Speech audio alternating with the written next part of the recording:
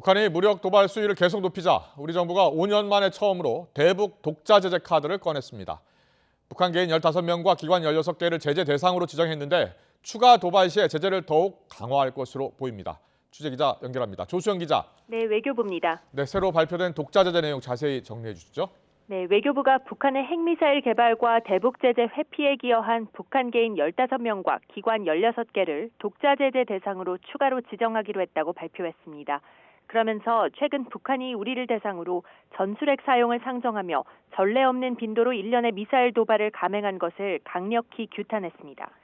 우리 정부가 대북 독자 제재 조치에 나선 것은 2017년 12월 이후 5년 만입니다.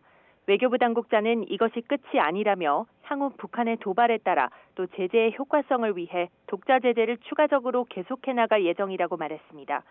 이와 함께 미국과 일본, 호주 그리고 EU 등 우방국들과도 긴밀히 조율하면서 제재 효과성을 어떻게 제고할 수 있을지 논의해 나갈 예정이라고 설명했습니다. 특히 이번 제재는 미국이 이미 제재 대상으로 지정한 곳들을 교차 중첩적으로 지정하기 위해 이루어진 것으로 일본과 호주도 이 중 일부를 독자 제재 대상으로 올린 상태입니다. 개인 15명은 유엔 안보리 대북 제재 대상인 제2자연과학원과 연봉무역총회사 소속으로 북한의 대량 살상 무기와 미사일 개발을 위한 자금 조달 관련 물자의 대북 반입 등에 관여했다고 정부는 밝혔습니다. 제2자연과학원 선양대표 강철학과 다렌 부대표 변광철, 연봉무역총회사 단동대표부 정만 등입니다.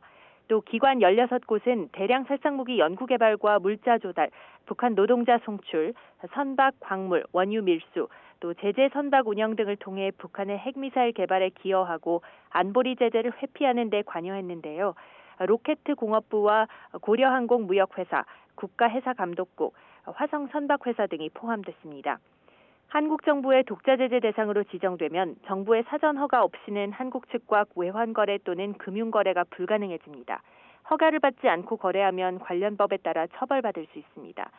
그런데 사실 2010년부터 이미 남북 간의 교역이 금지된 상황이라서 이번 조치는 실효성보다 상징성이 더 크다는 지적도 있는데요.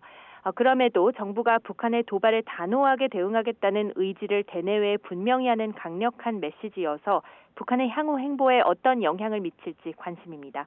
지금까지 외교부에서 전해드렸습니다.